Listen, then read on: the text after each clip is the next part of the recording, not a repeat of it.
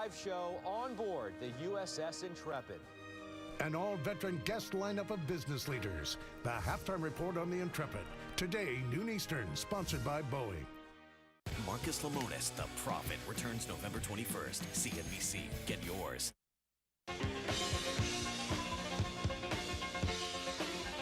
That's a song. Yes. That's a song.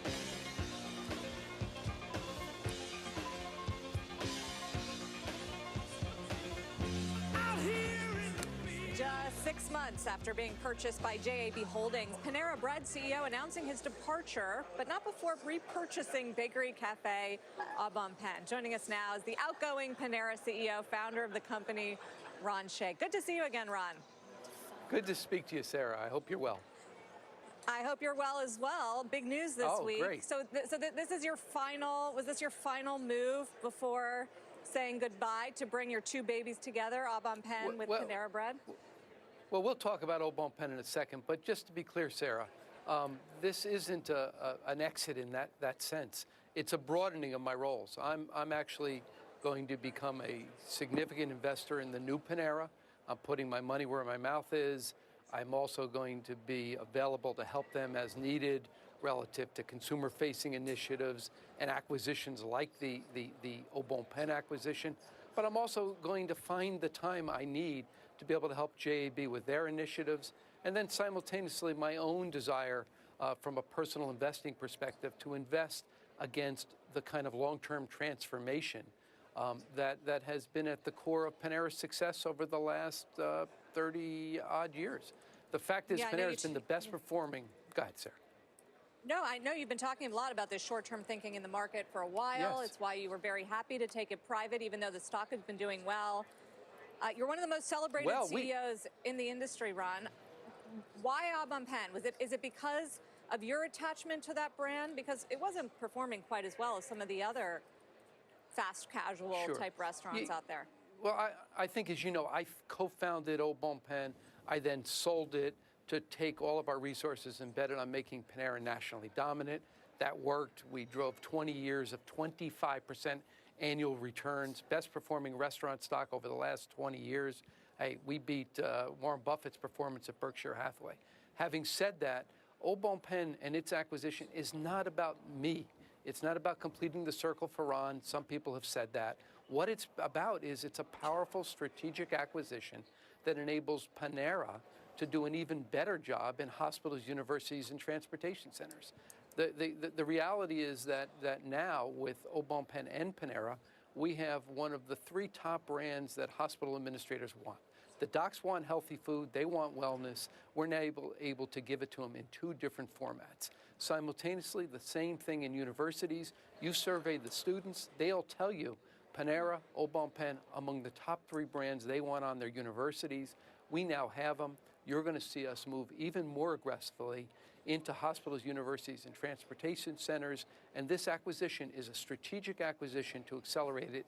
And it is a byproduct of our ability to work with long-term ultra investors like JAB. This is exactly why we did it. Ron, it's been fun to watch you get a little more active on Twitter. A few days ago, you retweeted a report, a headline that said, starting today, Starbucks tries to morph into Panera. You tweeted, LOL. What does that say about your views of the competition and the degree to which the space is getting crowded? Yeah, listen, Howard and I are friends for 25 years. We all are colleagues. You know, listen, they're opening their first quasi-bakery. I wish them luck. It's not Panera. My comment was in reaction to somebody who said, is Starbucks now going to try to compete with Panera? I think that the world is increasingly competitive, but Panera's won at it. We literally are generating 6% comps year to date. We're running 800 basis points better than the all-industry average. We're winning. Our strategy to be a better competitive alternative through things like Panera 2.0 and digital, through our innovation in food, bakery, and marketing, our efforts to grow from $5 billion to $10 billion by betting on other consumer solutions like delivery and catering and Panera at home and to go. Those are working. We're on a roll. We couldn't be feeling better. And the benefit of having our partnership with JAB is we're able to do infinitely more, and we're most importantly able to take the kinds of long-term views that has led to companies like Panera and Starbucks to win. Ron, let me in on that note, that private versus public that you've mentioned so many times. What's an example? Give me a hard example of something you are now able to do to what you're talking about, the long term, that you weren't as a public company. This very acquisition, it's the core. I mean, the reality is that in the public marketplaces, there is not a lot of support for multi-brand. And the first time there's a bounce, you are going to find there's a tax on whichever is the weaker of the brand, because that's the quickest way to a short-term impact. And off we go to the races. You would not, as a CEO, put yourself in that position. Having said that, for Panera today, this is a smart long-term investment. It will pay off, I guarantee it. If you look at the history of Panera, Panera started as a cookie store called Cookie Store. We then became Au Bon Pain. Au Bon Pain started as a bakery. It became a bakery cafe. We were really the originators of what is now called fast casual. We then sold everything to bet it all on Panera. Here's the point. You could have, at any one of those points along the way, bought boatloads of our stock for $3, $4, or $5 a share. We ultimately sold for $315 a share. The point is, people say to me all the time, why didn't I tell you? I did tell folks. Nobody wanted to listen. When you're in the middle of transformation, nobody believes. And the point of the matter is, when you have an investor like JAB at your back supporting you, you're able to make those kinds of long-term bets. That's the way, that's the only sustainable competitive advantage. It's been the core to our success, and I want to ensure we're able to do that for the next 20 years. I mean, JAB has built up quite a portfolio of coffee and breakfast companies, Krispy Kreme, Peet's Coffee, Caribou Coffee, Panera, Au Bon Pain. Dunkin' Brands, interestingly, tanked on the news that you were going after Au Bon Pain. Would that be one that would fit into the portfolio in the future? You know, we never comment on hypotheticals, so I obviously can't comment on that at all. So talk a little bit about the restaurant industry and some of the challenges that some of these stores are facing. Panera was doing a lot better than some of its competitors. Who else needs to go private? Panera is winning. Well, I think that, frankly, the smaller companies are going to face that. There isn't enough interest. The market, historically, I think, Dave, you asked me about what's the difference between being private and public. Here is the reality for it. The market overvalues when they think that things are going well. It undervalues on the downside. It's the reality. And out of that comes great opportunity to take these kinds of companies private. The truth of the matter is we've created a pervasive culture of short-termism in the marketplaces.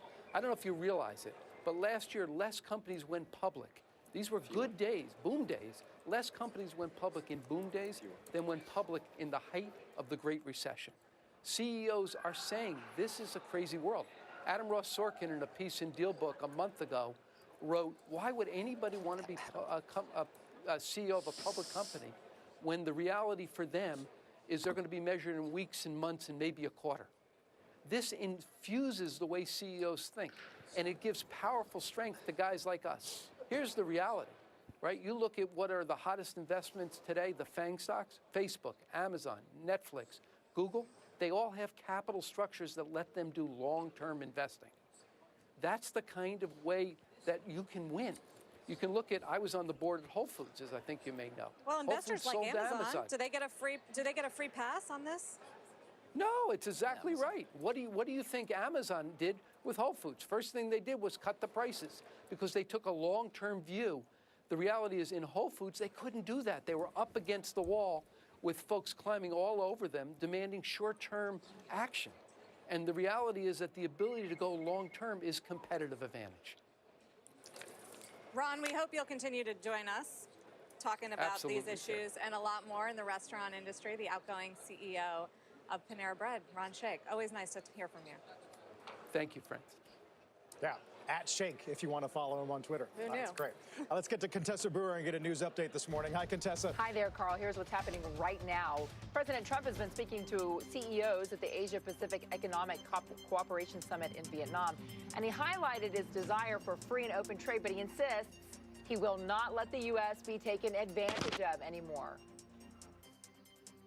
Today, I am here to offer renewed partnership with America, to work together to strengthen the bonds of friendship and commerce between all of the nations.